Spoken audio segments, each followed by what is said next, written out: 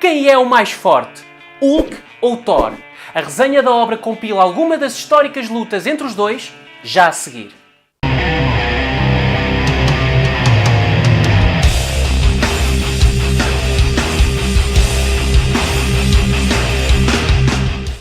Olá amigo do canal Dialect Nerd, aqui é Bruno e hoje trago-te o encadernado Thor vs Hulk.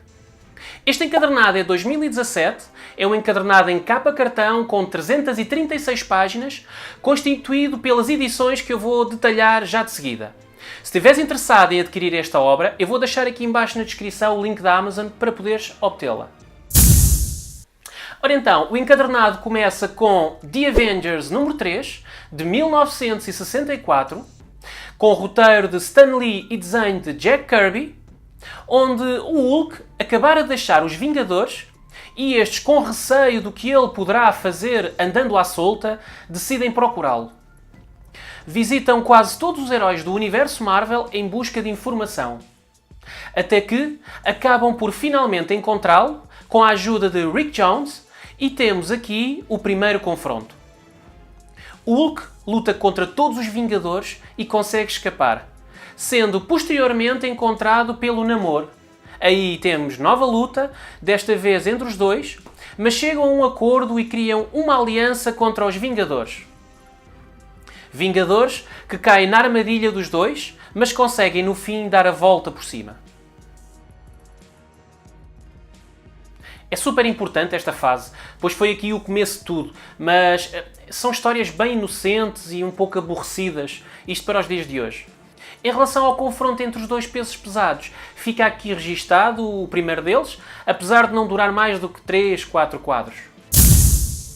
Seguimos então para Journey into Mystery 112, de 1965, com roteiro novamente Stan Lee e desenho Jack Kirby. Temos dois grupos de fãs rivais que debatem quem é o mais forte, o Thor ou o Hulk.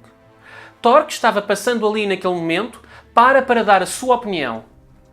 Ele relata a história da batalha entre eles em Avengers número 3 e descreve toda essa luta em cenas inéditas que até então não tínhamos visto. Por fim, ele perde-se em pensamentos profundos e, quando pressionado, não consegue afirmar quem é o mais forte por falta de provas conclusivas. Aqui foi muito imaginativa a maneira como é contada esta história e, ao contrário da última luta, esta foi bem mais longa, com a particularidade do Thor decidir medir forças sem o seu martelo. 6 anos depois, em Submariner 35 de 1971, com roteiro de Roy Thomas e desenho de Sal Buscema, Namor, Surfista Prateado e Hulk tomam uma pequena ilha de forma a trazer um cientista atlanteano para examinar um reator nuclear que o governo achava que iria trazer benefícios ao mundo, mas que os nossos heróis sabiam ser, pelo contrário, a sua destruição. Os militares, confrontados com esta invasão, chamam os Vingadores para reconquistar a ilha. Bem, uma união entre estes três é quase imbatível. É só peso pesado. Boa luta contra os Vingadores, um 3-3, em que temos Thor vs Hulk, Golias vs Namor e Homem de Ferro vs Surfista Prateado. Isto tudo com os desenhos divinais de Sal Buscema. Andemos agora 2 anos para a frente e em The Defenders número 10, de 1973, roteiro de Steve Englehart e desenho novamente de Sal Buscema, um embate de titãs acontece quando Thor e Hulk procuram a última peça do olho maligno, que era um artefato mágico. Entretanto, os outros membros de cada grupo, dos Defensores e dos Vingadores, desvendam a conspiração que os colocou uns contra os outros. Belo combate, com tremendos golpes a serem dados de parte a parte, isto tudo, mais uma vez, com uma narrativa gráfica impressionante de Sal Buscema, de realçar a fantástica capa de John Romita Sr., que é usado também como a capa deste encadernado. Em 1981, em The Incredible Hulk 255, com o roteiro de Bill Mantlo e desenho de Sal Buscema, após chegar a Nova York e após causar um rebuliço com a polícia, o Hulk escapa e passa a noite num farol abandonado.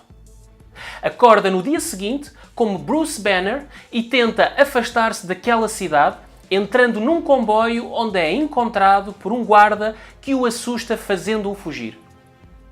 Bruce, prestes a ser passado a ferro por outro comboio, entra em pânico e transforma-se no Hulk.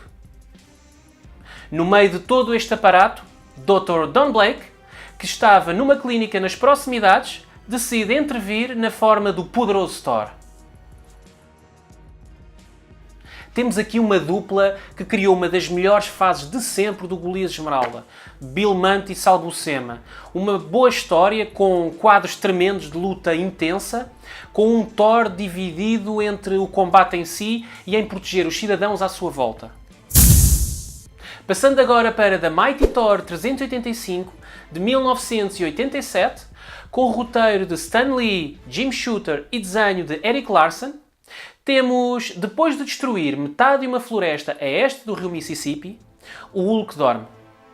Em Nova York, Thor sabe do estrago do Golias Esmeralda e voa até ele para o parar. Durante a batalha, o Hulk chantageia o Thor para ele largar o martelo e descobrir assim finalmente quem é o mais forte. Thor joga o Mjolnir para longe e a luta recomeça. Os dois destroem a pequena cidade, deixando o Deus do Trovão envergonhado por o orgulho ter cegado, tornando-o a ele também um monstro. Nesta história temos um Hulk bem menos escrupuloso que o normal, ameaçando inocentes. Por momentos parecia quase que era o Sr. Tira-Teimas que tínhamos ali. E a coisa não estava famosa para ele, até o Thor largar o Mjolnir. Após isso, aí sim, é o Deus do Trovão que passa por um mau bocado.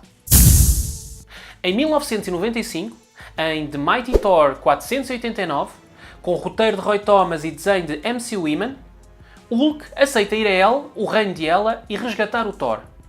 Na Terra, desenrola-se uma trama envolvendo Malekith, que é capturado por Curse, que lhe dá uma tareia até ser travado por Sif, que pede-lhe para retornar a Hel com Malekith, trocando pela liberdade do Deus do Trovão. Em Hel, Thor não quer faltar à promessa e não aceita deixar aquele lugar, em troca de ela não mais atormentar a Terra. Hulk não fica satisfeito com essa decisão e os dois caem na porrada, destruindo boa parte do reino. Curse e Malekith chegam e ela aceita a troca. Aqui a luta foi muito condicionada porque nenhum dos dois tinha realmente grande vontade em se enfrentar. E também porque o Hulk nesta altura estava na fase Professor Hulk e tinha a particularidade de não poder se enervar demasiado, pois regredia para Bruce Banner. No ano seguinte de 1996, em The Incredible Hulk 440, com desenho de Peter David e desenho de Angel Medina, o mundo encontra-se à beira de um Armageddon nuclear, devido a um grupo terrorista chamado Alliance. O Hulk, para tentar evitar isso, faz-se passar pelo rosto desse grupo e intitula-se de O Maestro. Thor é convocado para travar o Gigante Esmeralda e a luta dá-se no Polo Norte sem necessidade de se preocuparem com civis. Ora, de um lado, um Hulk em fase Maestro e do outro um Thor super poderoso em modo loucura de guerreiro, em que multiplica 10 vezes as suas capacidades físicas. São praticamente 22 páginas de pancadaria. Pena que os desenhos não gostei nada. Corpos enormes e desproporcionais, feições estranhas, algo que estava na moda nos anos 90. Seguimos agora para The Incredible Hulk anual 2001, com o roteiro de Erik Larsen e desenho de George Lucas. Aqui o Hulk é ameaçado por um assassino do micromundo de Kai, aquele mundo de Jarela, e na conclusão deste conflito surgem os militares e caem em cima do Golias Esmeralda. Thor é convocado para o deter e a meio da luta Thor, preocupado com os civis, decide levar esta luta para outras dimensões. Esta história é um pouco estranha, com uma aparência retrô, dá entrada a vários temas, mas explora poucos deles. Mas curiosamente é a história de todas estas que te dá a resposta mais clara sobre quem é o mais forte e o mais poderoso. Na realidade é até a resposta que eu também acabo por concordar. E isto tudo nas próprias palavras do Thor. Em 2008, em Hulk 5 e 6, com roteiro de Jeff Lubb e desenho de Ed McGuinness, A história começa logo com um conflito entre os dois. Um Thor vindo dos mortos e um Hulk que não é verde. Uma luta muito boa, com grandes momentos, onde o Thor é surpreendido por um Hulk muito mais estratega. O número seguinte é um número de desforras, tanto do Thor como do Hulk verde, que tinha contas antigas a ajustar. Bem, aqui temos lutas tremendas com desenhos brutais. Verdade que estão todos bombados, mas ao contrário daqueles desenhos dos anos 90, são corpos todos eles proporcionais. 2 anos depois, no ano 2010, em Hulk 26, com roteiro de Jeff Parker e desenho de Gabriel Hardman, um vírus cibernético que torna pessoas em ciborgues violentos é libertado e o Hulk vermelho é chamado para ajudar. Outro que é recrutado é o Thor, e devido ao conflito anterior, este desata a porrada antes de perceber o que realmente se trata e acabam trabalhando juntos. Nota-se aqui uma clara descida de qualidade, tanto a nível do roteiro como no desenho. A luta também é curta e praticamente de um só sentido, pois deveu-se a um mal-entendido. A forma como é interrompida é que é de veras interessante. E por fim, a última história deste encadernado é uma história de 1984, um What If 45, com roteiro de Peter Gillis e Ron Wilson no desenho. E se o Hulk enlouquecesse? História que remete à origem do herói, onde nesta versão ele e Rick Jones são apanhados pela radiação gama que cria entre eles uma ligação psíquica. Rick acaba por falecer e o Hulk sente essa morte na sua cabeça, fazendo-o ficar enlouquecido. Vários heróis são chamados para o parar, entre eles o Thor. História engraçada, como todas as do selo What If, e se, como nós conhecemos em português, mas que pouco define na procura da certeza de qual é o mais forte entre os dois. Tanto por estar fora da cronologia canónica, como por serem histórias com necessidade de um final ultra mega dramático. Numa impressão geral sobre a obra, eu tenho que fazer aqui alguns apontamentos. Óbvio que, para quem lê estas histórias todas na cronologia de cada um dos heróis, nem repara. Mas, lendo elas todas de seguida, há aqui duas situações que são constantes e que acabam por aborrecer ligeiramente. Uma delas é que, praticamente em todas as histórias, há sempre uma tentativa do Hulk levantar o martelo do Thor e dele não conseguir porque não é digno, blá blá blá blá blá blá. Em quase todas as histórias aparece a situação. A outra situação, que também aparece em várias destas histórias, é o constante arrependimento do Thor e aquela dualidade entre ele estar a fazer o bem e salvar a humanidade e por fim a perceber-se que a destruição que ele está a causar é maior do que o benefício que está a trazer e que do sentimento de ele achar que ele próprio está a tornar um monstro. Essa situação também acaba por se tornar repetitiva, como eu disse, para quem lê na cronologia e como são anos que passam entre histórias, não reparamos tanto como aqui no encadernado em que as histórias estão todas seguidas. De qualquer das formas, temos aqui algumas boas histórias, algumas grandes lutas e alguns desenhos estupendos. É um encadernado que, apesar de não entregar certezas absolutas sobre quem é o mais forte, se juntarmos as peças, ficamos com uma boa ideia. Não é claramente publicidade enganosa. Se já leste este encadernado, deixa aqui nos comentários a tua opinião e se gostaste deste vídeo, subscreve o canal, dá like, partilha. Até mais!